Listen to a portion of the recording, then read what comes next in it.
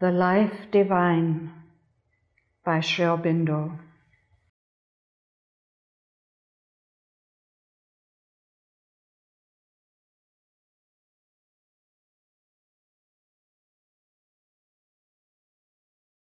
Chapter 10.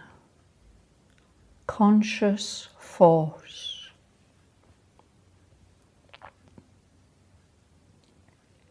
They beheld the self-force of the Divine Being, deep hidden by its own conscious modes of working. Svetasvatara Upanishad. This is he that is awake in those who sleep. Katha Upanishad.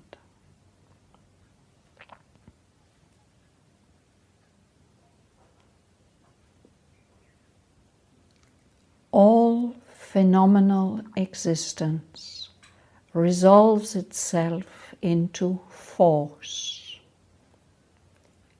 into a movement of energy that assumes more or less material, more or less gross or subtle forms for self-presentation to its own experience.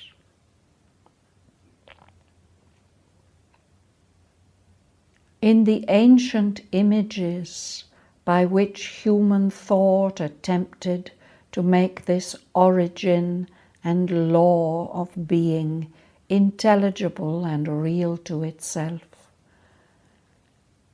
this infinite existence of force was figured as a sea,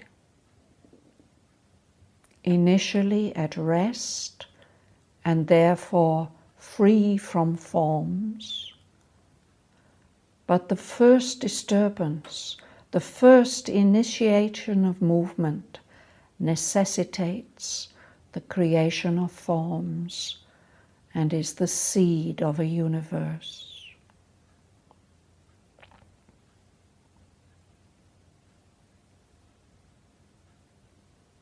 Matter is the presentation of force which is most easily intelligible to our intelligence, molded as it is by contacts in matter, to which a mind involved in material brain gives the response.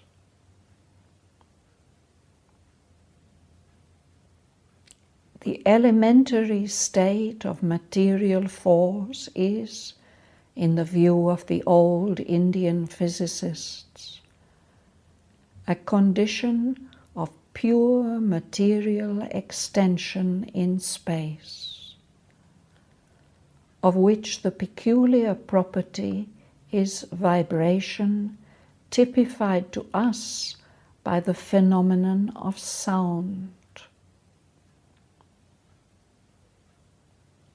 But vibration in this state of ether is not sufficient to create forms. There must first be some obstruction in the flow of the force ocean, some contraction and expansion, some interplay of vibrations, some impinging of force upon force, so as to create a beginning of fixed relations and mutual effects.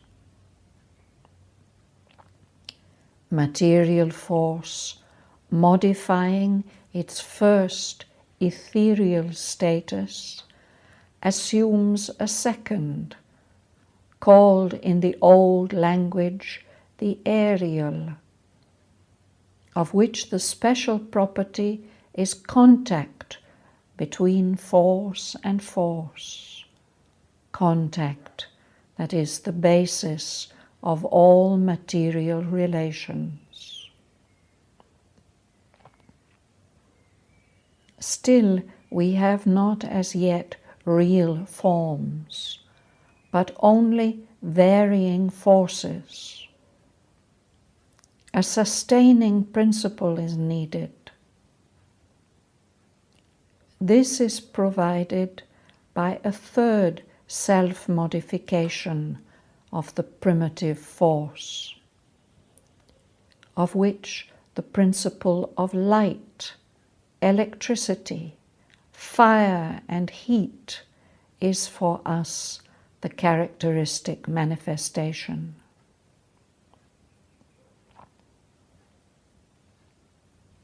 Even then, we can have forms of force preserving their own character and peculiar action, but not stable forms of matter.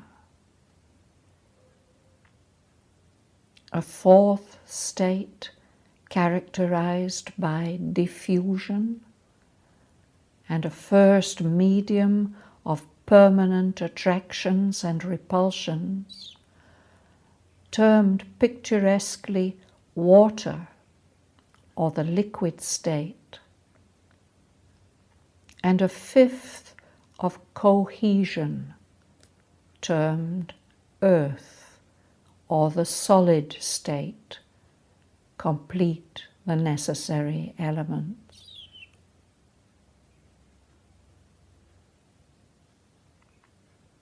All forms of matter of which we are aware, all physical things, even to the most subtle, are built up by the combination of these 5 elements. Upon them also depends all our sensible experience. For by reception of vibration comes the sense of sound. By contact of things in a world of vibrations of force, the sense of touch. By the action of light in the forms hatched, outlined, sustained by the force of light and fire and heat, the sense of sight. By the 4th element, the sense of taste. By the 5th, the sense of smell. All is essentially response to vibratory contacts between force and force. In this way, the ancient thinkers bridged the gulf between pure force and its final modifications, and satisfied the difficulty which prevents the ordinary human mind from understanding how all these forms, which are to his senses so real, solid and durable, can be in truth only temporary phenomena, and a thing like pure energy, to the senses non-existent, intangible and almost incredible, can be the one permanent cosmic reality.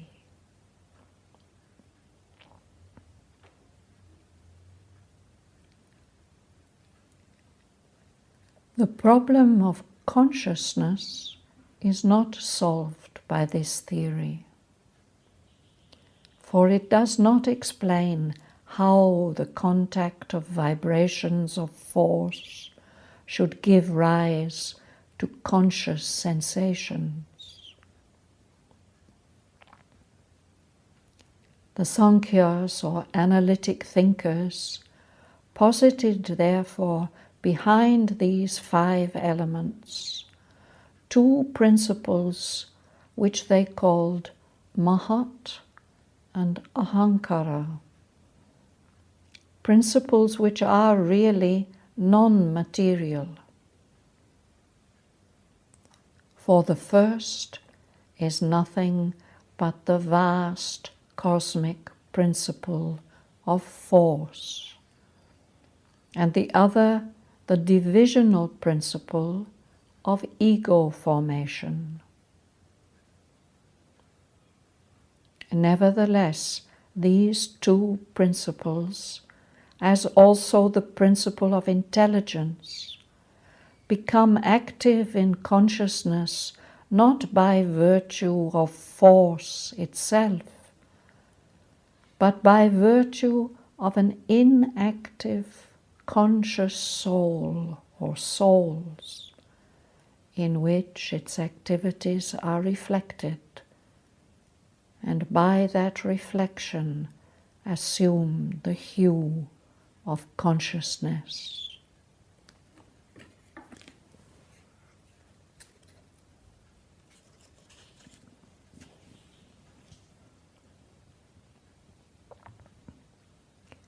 Such is the explanation of things offered by the school of Indian philosophy, which comes nearest to the modern materialistic ideas, and which carried the idea of a mechanical or unconscious force in nature as far as was possible to a seriously reflective Indian mind.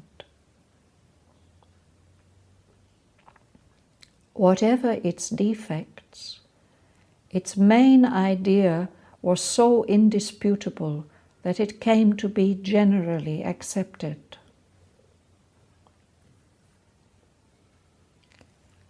However the phenomenon of consciousness may be explained, whether nature be an inert impulse or a conscious principle, it is certainly force. The principle of things is a formative movement of energies. All forms are born of meeting and mutual adaptation between unshaped forces.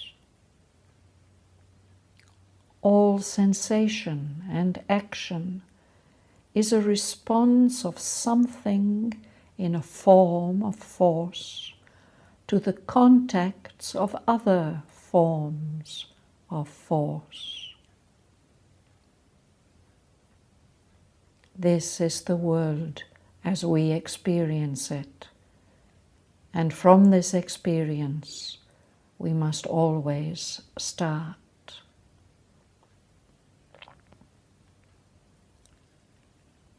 Physical analysis of matter by modern science has come to the same general conclusion, even if a few last doubts still linger. Intuition and experience confirm this concord of science and philosophy. Pure reason finds in it the satisfaction of its own essential conceptions. For even in the view of the world as essentially an act of consciousness, an act is implied, and in the act, movement of force, play of energy. This also, when we examine from within our own experience, proves to be the fundamental nature of the world. All our activities are the play of the triple force of the old philosophies: knowledge force, desire force, action force. And all these prove to be really three streams of one original and identical power, Adya Shakti. Even our states of rest are only equable state or equilibrium of the play of her movement.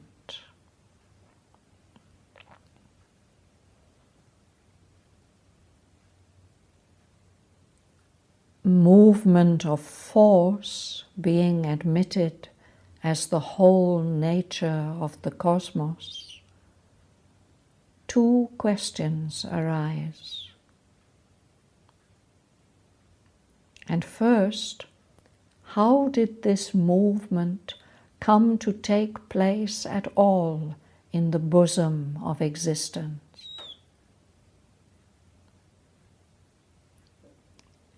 If we suppose it to be not only eternal, but the very essence of all existence, the question does not arise. But we have negatived this theory.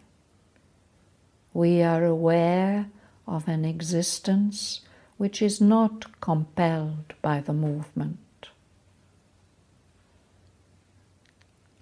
How then does this movement, alien to its eternal repose, come to take place in it?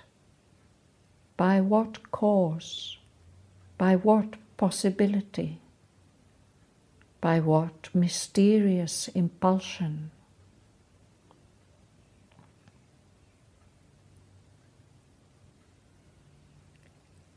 The answer most approved by the ancient Indian mind was that force is inherent in existence.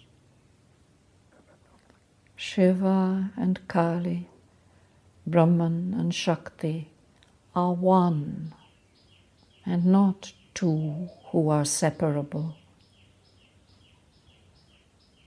Force inherent in existence may be at rest or it may be in motion. But when it is at rest, it exists nonetheless and is not abolished, diminished, or in any way essentially altered.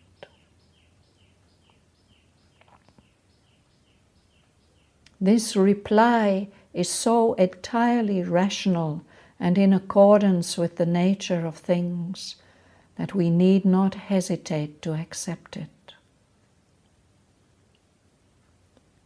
For it is impossible, because contradictory of reason, to suppose that force is a thing alien to the one and infinite existence, and entered into it from outside, or was non-existent and arose in it at some point in time.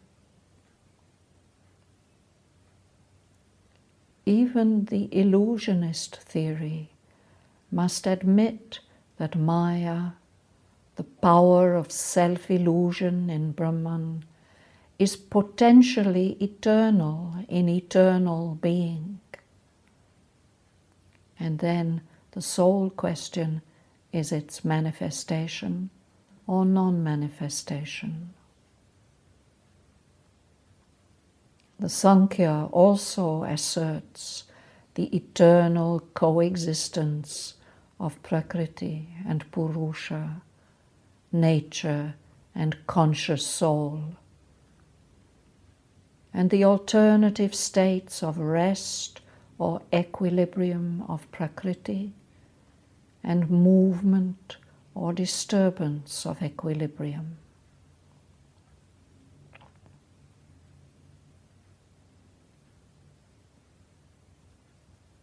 But since force is thus inherent in existence, and it is the nature of force to have this double or alternative potentiality of rest and movement,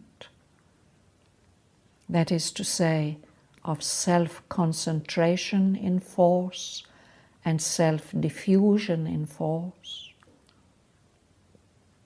The question of the how of the movement, its possibility, initiating impulsion or impelling cause, does not arise.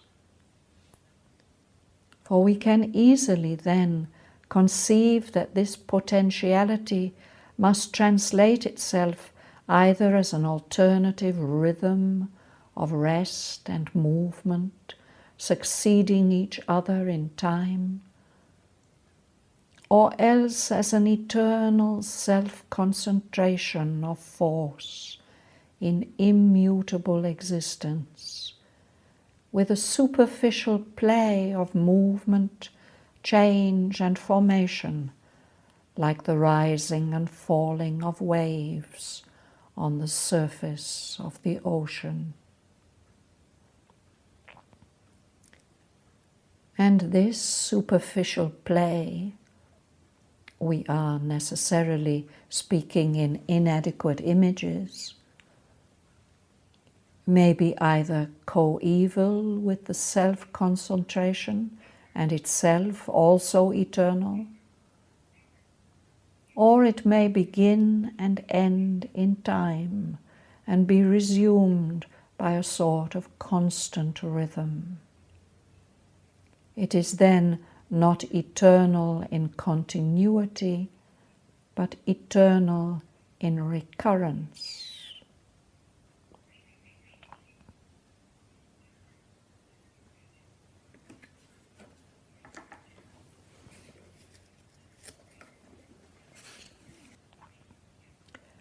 The problem of the how thus eliminated, there presents itself the question of the why.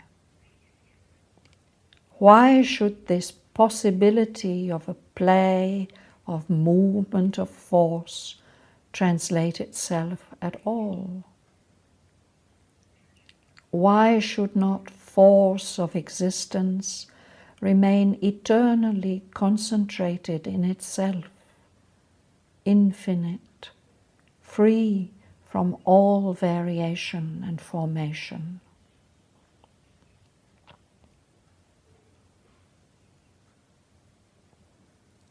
This question also does not arise if we assume existence to be non-conscious, and consciousness only a development of material energy which we wrongly suppose to be immaterial. For then we can say simply that this rhythm is the nature of force in existence, and there is absolutely no reason to seek for a why, a cause, an initial motive, or a final purpose for that which is in its nature eternally self-existent. We cannot put that question to eternal self-existence and ask it either why it exists or how it came into existence. Neither can we put it to self-force of existence and its inherent nature of impulsion to movement.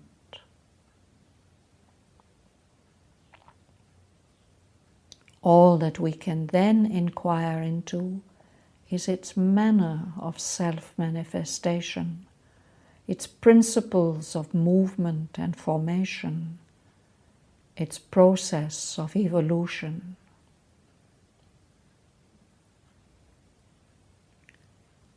Both existence and force being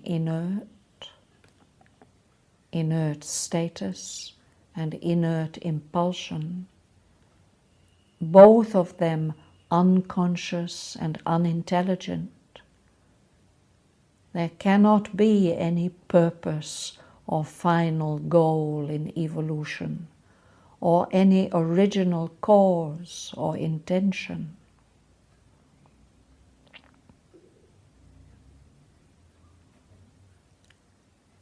But if we suppose or find existence to be conscious being, the problem arises.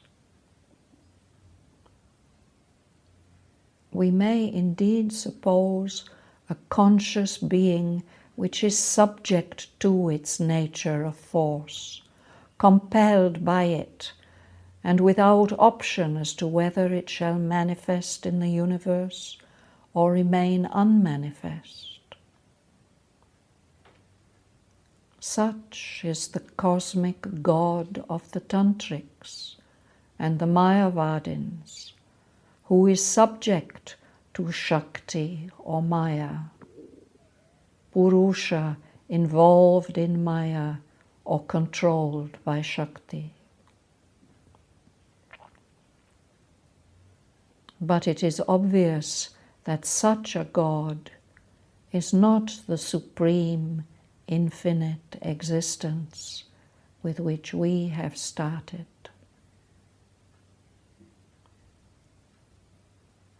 Admittedly, it is only a formulation of Brahman in the cosmos by the Brahman which is itself logically anterior to Shakti or Maya and takes her back into its transcendental being when she ceases from her works.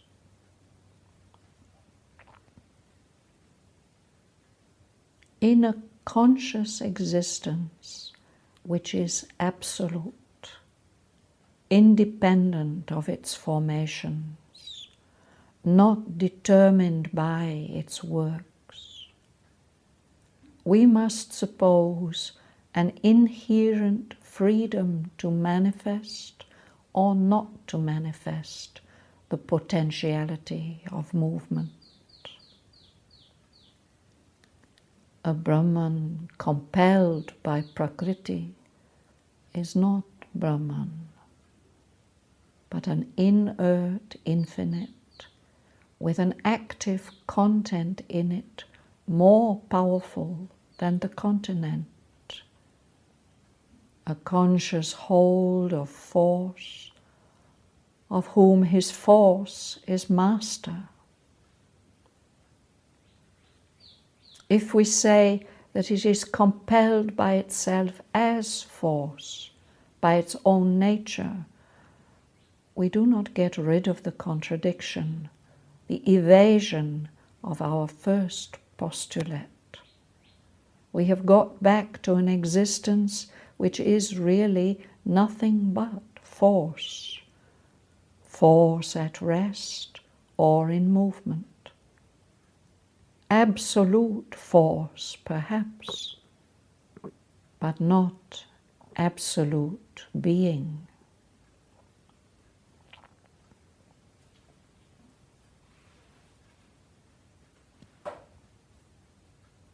It is then necessary to examine into the relation between force and consciousness.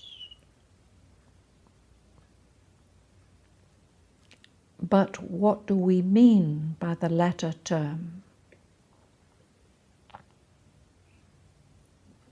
Ordinarily, we mean by it our first obvious idea of a mental waking consciousness, such as is possessed by the human being during the major part of his bodily existence, when he is not asleep, stunned, or otherwise deprived of his physical and superficial methods of sensation. In this sense, it is plain enough that consciousness is the exception and not the rule in the order of the material universe. We ourselves do not always possess it. But this vulgar and shallow idea of the nature of consciousness, though it still colors our ordinary thought and associations, must now definitely disappear out of philosophical thinking. For we know that there is something in us which is conscious when we sleep, when we are stunned or drugged or in a swoon, in all apparently unconscious states of our physical being. Not only so, but we may now be sure that the old thinkers were right when they declared that even in our waking state, what we call then our consciousness is only a small selection from our entire conscious being. It is a superficies. It is not even the whole of our mentality. Behind it, much vaster than it, there is a subliminal or subconscient mind, which is the greater part of ourselves and contains heights and profundities which no man has yet measured or fathomed.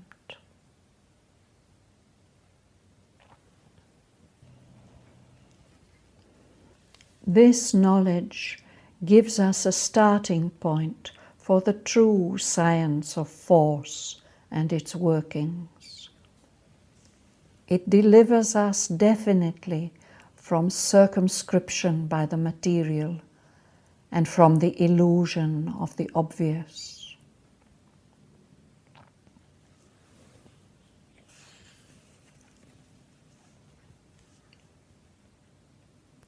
Materialism indeed insists that whatever the extension of consciousness, it is a material phenomenon, inseparable from our physical organs, and not their utilizer, but their result. This orthodox contention, however, is no longer able to hold the field against the tide of increasing knowledge. Its explanations are becoming more and more inadequate and strained. It is becoming always clearer that not only does the capacity of our total consciousness far exceed that of our organs, the senses, the nerves, the brain, but that even for our ordinary thought and consciousness, these organs are only their habitual instruments and not their generators. Consciousness uses the brain which its upward strivings have produced. Brain has not produced, nor does it use the consciousness. There are even abnormal instances which go to prove that our organs are not entirely indispensable instruments, that the heartbeats are not absolutely essential to life, any more than is breathing, nor the organized brain cells to thought. Our physical organism no more causes or explains thought and consciousness than the construction of an engine causes or explains the motive power of steam or electricity. The force is anterior, not the physical instrument.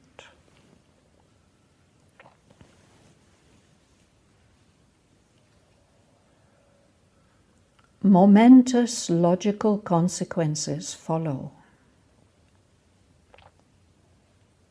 In the first place, we may ask whether, since even mental consciousness exists where we see inanimation and inertia, It is not possible that even in material objects a universal subconscient mind is present, although unable to act or communicate itself to its surfaces for want of organs. Is the material state an emptiness of consciousness? Or is it not rather only a sleep of consciousness? Even though, from the point of view of evolution, an original and not an intermediate sleep. And by sleep, the human example teaches us that we mean not a suspension of consciousness, but its gathering inward, away from conscious physical response to the impacts of external things.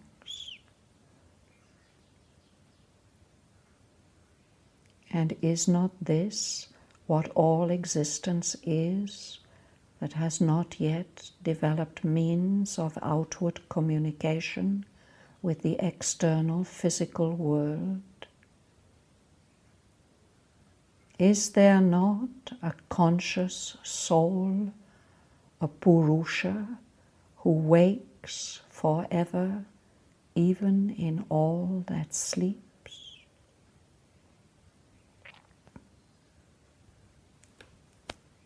We may go further.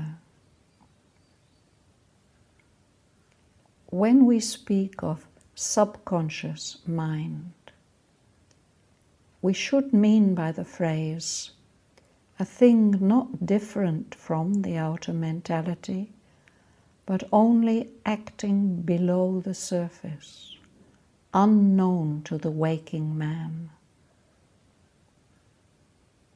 In the same sense, if perhaps with a deeper plunge and a larger scope.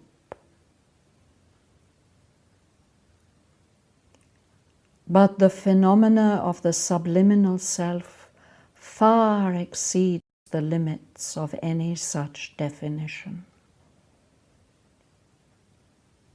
It includes an action not only immensely superior in capacity, but quite different in kind from what we know as mentality in our waking self.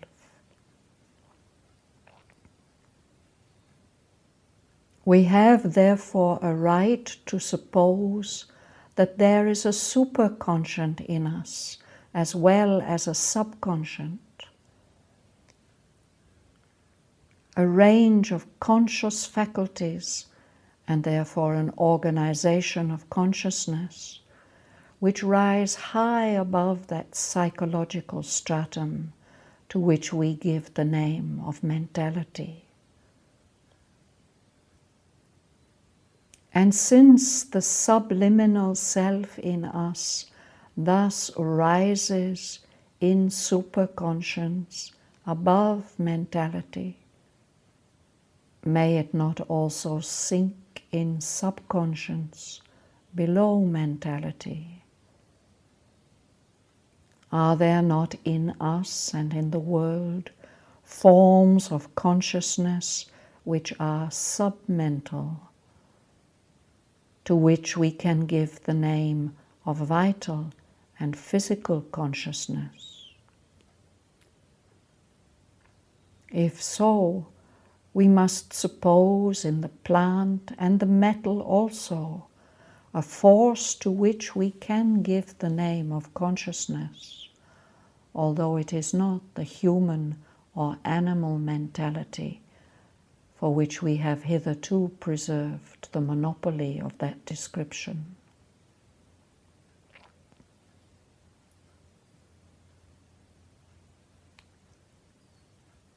Not only is this probable, but if we will consider things dispassionately, it is certain.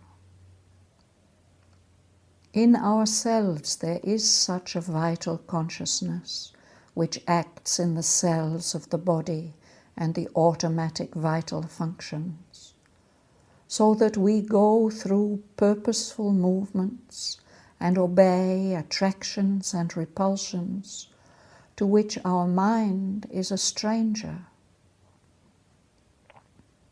In animals, this vital consciousness is an even more important factor. In plants, it is intuitively evident. The seekings and shrinkings of the plant, its pleasure and pain, its sleep and its wakefulness, and all that strange life whose truth an Indian scientist has brought to light by rigidly scientific methods, are all movements of consciousness, but, as far as we can see, not of mentality.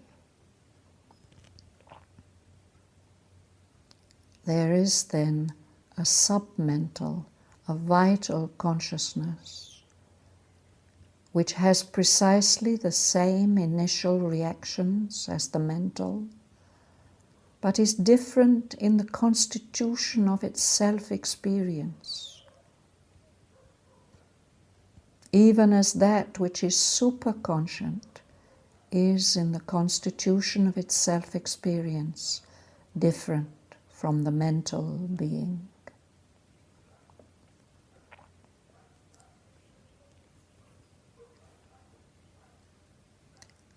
Does the range of what we can call consciousness cease with the plant, with that in which we recognize the existence of a sub-animal life?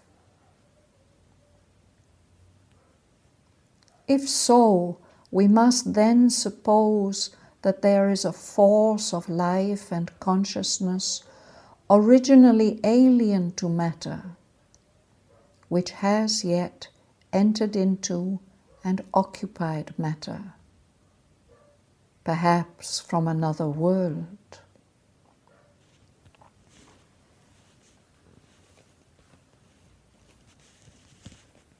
For whence otherwise can it have come?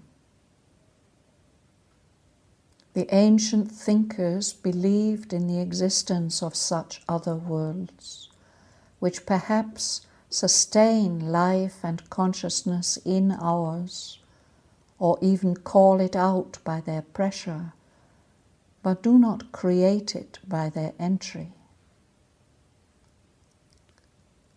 Nothing can evolve out of matter which is not therein already contained.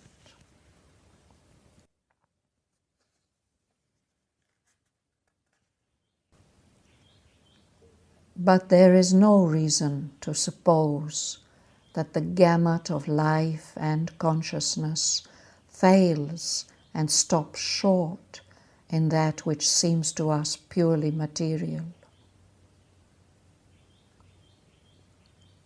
The development of recent research and thought seems to point to a sort of obscure beginning of life, and perhaps a sort of inert or suppressed consciousness in the metal and in the earth and in other inanimate forms. Or at least the first stuff of what becomes consciousness in us may be there. Only while in the plant we can dimly recognize and conceive the thing that I have called vital consciousness. The consciousness of matter, of the inert form, is difficult indeed for us to understand or imagine. And what we find it difficult to understand or imagine, we consider it our right to deny. Nevertheless, when one has pursued consciousness so far into the depths, it becomes incredible that there should be this sudden gulf in nature. Thought has a right to suppose a unity, where that unity is confessed by all other classes of phenomena, and in one class only not denied, but merely more concealed than in others. And if we suppose the unity to be unbroken, we then arrive at the existence of consciousness in all forms of the force which is at work in the world.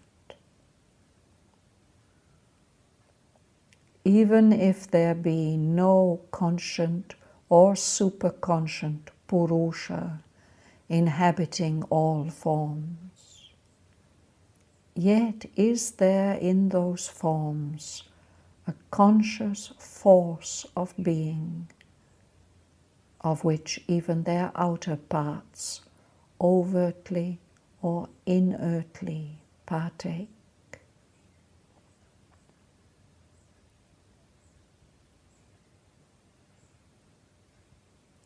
Necessarily, in such a view, the word consciousness changes its meaning. It is no longer synonymous with mentality, but indicates a self-aware force of existence, of which mentality is a middle term. Below mentality, it sinks into vital and material movements, which are for us subconscient. Above, it rises into the supramental, which is for us the superconscient. But in all, it is one and the same thing, organizing itself differently. This is, once more, the Indian conception of Chit, which as energy creates the worlds. Essentially, we arrive at that unity which materialistic science perceives from the other end, when it asserts that mind cannot be another force than matter, but must be merely development and outcome of material energy. Indian thought, at its deepest, affirms, on the other hand, that mind and matter are rather different grades of the same energy, different organizations of one conscious force of existence.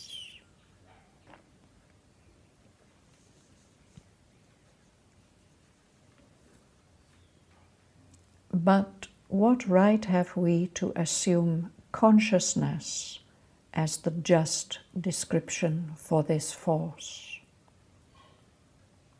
For consciousness implies some kind of intelligence, purposefulness, self-knowledge, even though they may not take the forms habitual to our mentality. Even from this point of view, everything supports rather than contradicts the idea of a universal conscious force. We see, for example, in the animal, operations of a perfect purposefulness and an exact, indeed a scientifically minute knowledge, which are quite beyond the capacities of the animal mentality, and which man himself can only acquire by long culture and education, and even then uses with a much less sure rapidity. we are entitled to see in this general fact the proof of a conscious force at work in the animal and the insect, which is more intelligent, more purposeful, more aware of its intention, its ends, its means, its conditions, than the highest mentality yet manifested in any individual form on earth. And in the operations of inanimate nature, we find the same pervading characteristic of a supreme hidden intelligence, hidden in the modes of its own workings.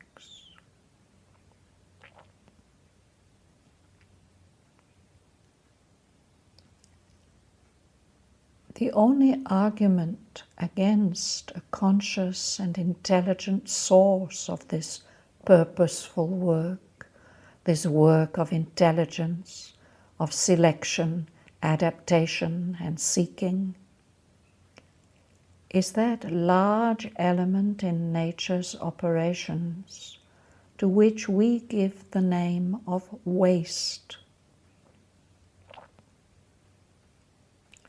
But obviously, this is an objection based on the limitations of our human intellect, which seeks to impose its own particular rationality, good enough for limited human ends, on the general operations of the world force.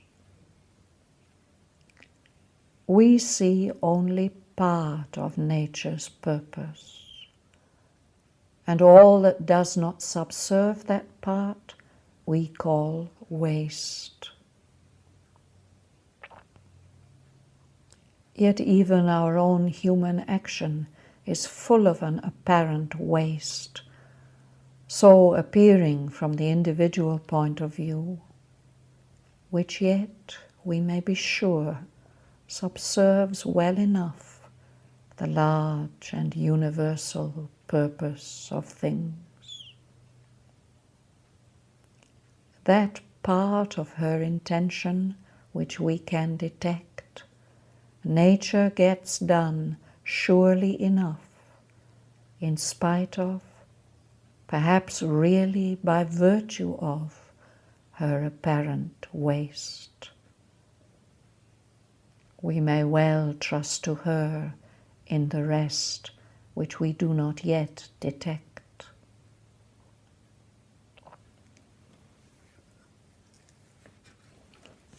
For the rest, it is impossible to ignore the drive of set purpose, the guidance of apparent blind tendency, the sure eventual or immediate coming to the target sought, which characterize the operations of world force in the animal, in the plant, in inanimate things. So long as matter was alpha and omega to the scientific mind, the reluctance to admit intelligence as the mother of intelligence was an honest scruple. But now it is no more than an outworn paradox to affirm the emergence of human consciousness, intelligence, and mastery out of an unintelligent, blindly driving unconsciousness in which no form or substance of them previously existed.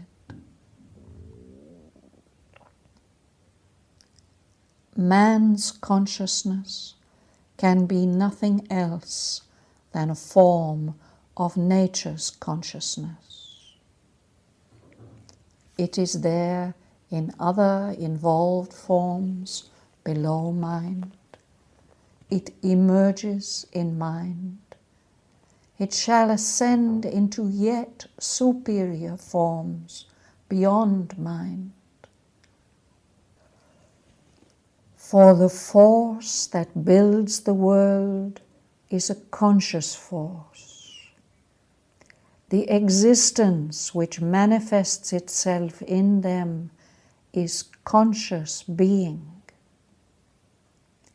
And a perfect emergence of its potentialities in form is the sole object which we can rationally conceive for its manifestation of this world of form.